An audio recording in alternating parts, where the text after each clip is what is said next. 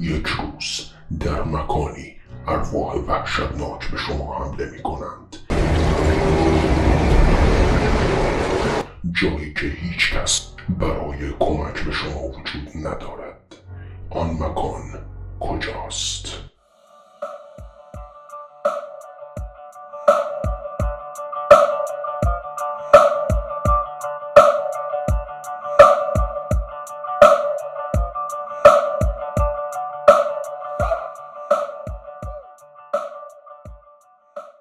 مین لوایر فرانس. این قلعه که قول دره لوار نام دارد مرتفع ترین قلعه فرانسه است که دارای 7 طبقه، 204 اتاق، گالری های پورتری متعدد و یک سالن اپرای خصوصی با ظرفیت 200 نفر است. این قلعه بود که توسط کنت‌های آنژو در قرن 11 ساخته شد و پادشاه لوئیس 13 در سال 1620 آن را رها کرد. ارواح این مکان، فعالترین آنها لدم ورت یا بانوی سبز است که ظاهرا فرزند نامشروع پادشاه چارلز هفتم بوده و بعدا توسط شوهرش در قرن 15 پس از اینکه شوهرش او را در حال رابطه نامشروع گرفتار کرد در قصر به قتل رسید. او اغلب در اتاق برج کلیسای کوچک با لباس سبز خود با سوراخ‌هایی که چشم‌ها و بینیش معلوم است دیده می شود. هنگامی که مهمانان با ظاهر او مواجه نمی شوند می توان صدای ناله در اطراف قلعه را شنید.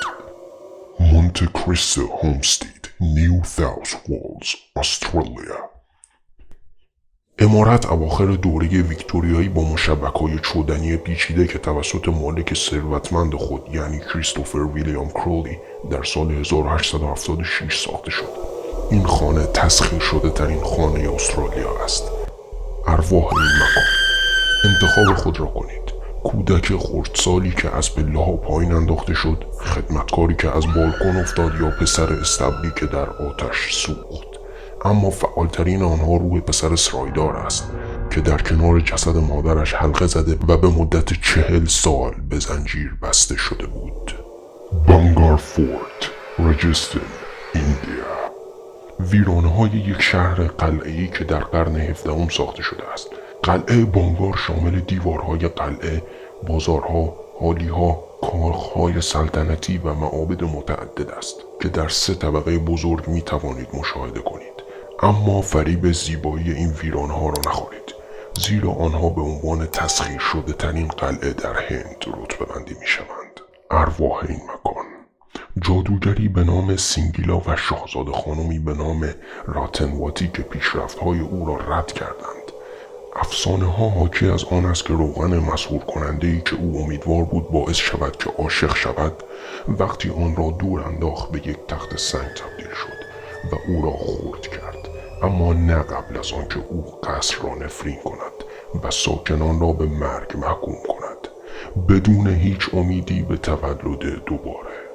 داستان دیگر حاکی از آن است که یک زاهد محلی قلعه را لعنت کرده است، زیرا سایه آن بر اموالش غلبه کرده است و ظاهرا اگر کسی بخواهد سقفی بر قلعه بسازد فرو می‌ریزد.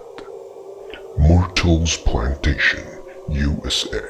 در شهر کوچک سان فرانسیس ویل شمال شرقی نیو اورلیز عمارت مورتلز پلانتیشن واقع شده است که ایوانی به طول 125 فوت دارد. درب ورودی شیشه‌ای رنگی به یک سرسرای بزرگ منتهی می شود که در آن یک لوستر کریستالی فرانسوی بزرگ دیده می شود. ارواح این مکان، با کشته شدن 10 نفر در خود عمارت جای تعجب نیست که تعداد زیادی از ارواح مشاهده شده در این مکان وجود داشته باشند. مشهورترین آنها کلویی است که معشوقه‌اش گوشش را برید. او یک عمامه سبز به سر دارد و در حالی که بازدید کنندگان در رخت خواب هستند به دقت به بازدید کنندگان نگاه می کند و حتی در یک عکس ظاهر شده است. یک عکس جدیدتر همچنین دختر جوان دیگری را نشان می دهد که به دختر ارواح معروف است که از پنجره خانه نگاه می کند. مشاهده های وهم آورتر عبارتند از کودکی که روی تخت خوابها می پرد، یک سرباز، یک کشیش وودو و روح صاحب قبلی که به قفسه سینه‌اش شلیک شده بود از پله ها بالا می رفت که در آنجا جان باخت. دراکشولمسلوت، دنمارک. دراکشولم آنسلات یا قلعه دراگشون در ابتدا در سال 1215 ساخته شد و آن را به یکی از قدیمی ترین قلعه های دانمارک تبدیل کرد و بنابر گزارش ها می توان آن را به عنوان تسخیر شده ترین قلعه در تمام اروپا نام برد. در قرن 16 و 17 بخش‌هایی از آن برای اسکان زندانیان نجیب یا کلیسایی استفاده می‌شد و در سال 1694 به سبک باروک بازسازی شد. گمان می‌رود این قلعه خانه حداقل 100 روح از جمله ارل بوثل شوهر مری ملکه اسکاتس است که به عنوان زندانی در قلعه درگذشت. همچنین می توانید بانوی سفید را در حال سرگردانی در سالن ها ببینید که اسکلت او توسط سازندگان در سال 1930 در دیوار محصور شد. Ancient Rum in Gloucestershire, England. این مسافرخانه که در سال 1145 ساخته شد توسط کشیشان استفاده می شد که بردگان و کارگران را برای کمک به ساخت کلیسای مریم مقدس در آنجا نگه می داشتند. واقع شده در ووتون آندر ایج در 2 خط لی، مکانی که اعتقاد بر این است که انرژی معنوی از استونهنج دارد. همچنین نقل شده است که صحنه قربانی کودک و شیطان پرستان بوده است. ارواح این مکان به طور گسترده اعتقاد بر این است که هدایت مجدد آب در ملک انشنت رام باعث شده است که دریچه‌ای برای انرژی تاریک باز شود، به این معنی که ارواح زیادی در مسافرخانه تسخیر شدند. گفته می شود که اتاق جادوگر توسط زنی که در سال 1500 در آتش سوزانده شد تسخیر شده است، زیرا او به جادوگری متهم شده بود. یک کاهن اعظم دیده شده است که روی تخت نشسته است. یک سوار 100 ساله که سوار بر اسب دیده شده است که از میان دیوارها عبور می کند. فریاد دردناک دختری به گوش می رسد. یک راهب در جن زده ترین اتاق و حتی یک سوکوبوس به تخت خواب می رود. Castle of Good Hope, Cape Town, South Africa. قلعه امید خوب که در قرن 17 توسط شرکت هند شرقی هلند ساخته شد، قدیمی ترین ساختمان آفریقای جنوبی است. ارواح. اولین شبح در سال 1915 مشاهده شد که ظاهر یک جنتلمن قد بلند را دارد و در حال پریدن از کنار یکی از دیوارهای قلعه است و سپس در حال راه رفتن بین سنگ‌های لیردان و اورانج مشاهده شد. یکی دیگر از ارواح معروف بانوی خاکستری است.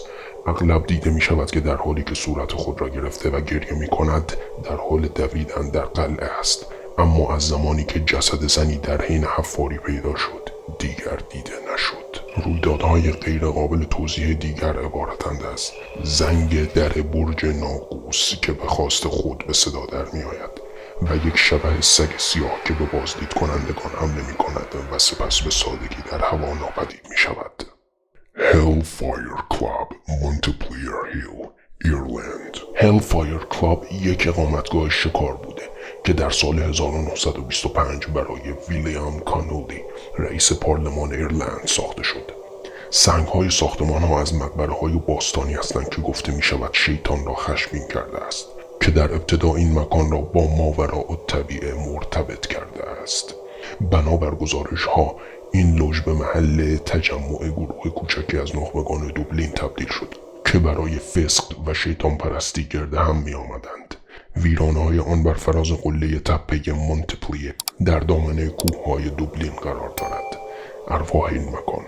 داستان‌های قربانی کردن حیوانات، توده‌های سیاه‌پوست، مردان سمپاش و قتل با این ساختمان مرتبط هستند. محبوب ترین داستان از ملاقات یک موجود شیطانی به شکل مردی میگوید که تنها زمانی کشف شد که یکی از بازیکنان کارتی را انداخت و با برداشتن آن متوجه شد که پاهای مهمان شکافته شده است. پس از کشف او این موجود در گلوله‌ای از شعله ناپدید شد. داستان‌هایی در مورد یک گربه سیاه بزرگ به اندازه یک سگ وجود دارد که یک کشیش را پذیرفته و در کلبه تعقیب می کند. معمولی ترین بازدید کننده شبح ها بانوی جوانی است که گمان می رود در یک بشکه گذاشته شده، آتش زده شده و برای تفریح از تپه غلتیده است. ممنونم که تا اینجای کار با من یعنی فورویتین همراه بودید و امیدوارم که از این سبک ویدیو خوشتون اومده باشه. برای دیدن ویدیوهای دیگه لطفاً کانال ما رو سابسکرایب کنید، این ویدیو رو لایک کنید و زنگوله نوتیفیکیشن رو آن کنید تا ویدیو بعدی. پیس اوت.